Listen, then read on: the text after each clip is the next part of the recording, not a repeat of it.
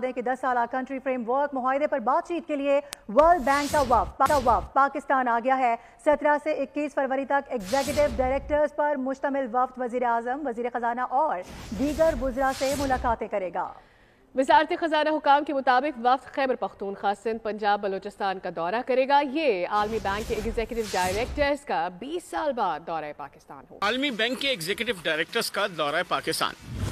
عالمی بینک کے executive directors کا وفد 17 سے 21 فروری تک پاکستان کا دورہ کر رہا ہے۔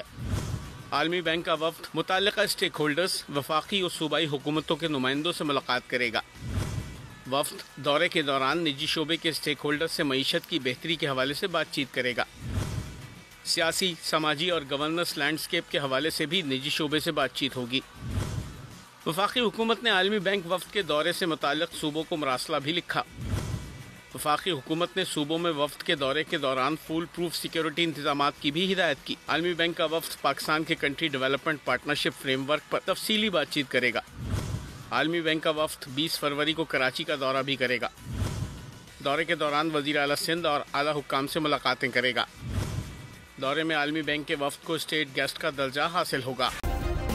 سبسکرائب کریں اور بیل دبائیں تاکہ کوئی خبر رہ نہ جائے۔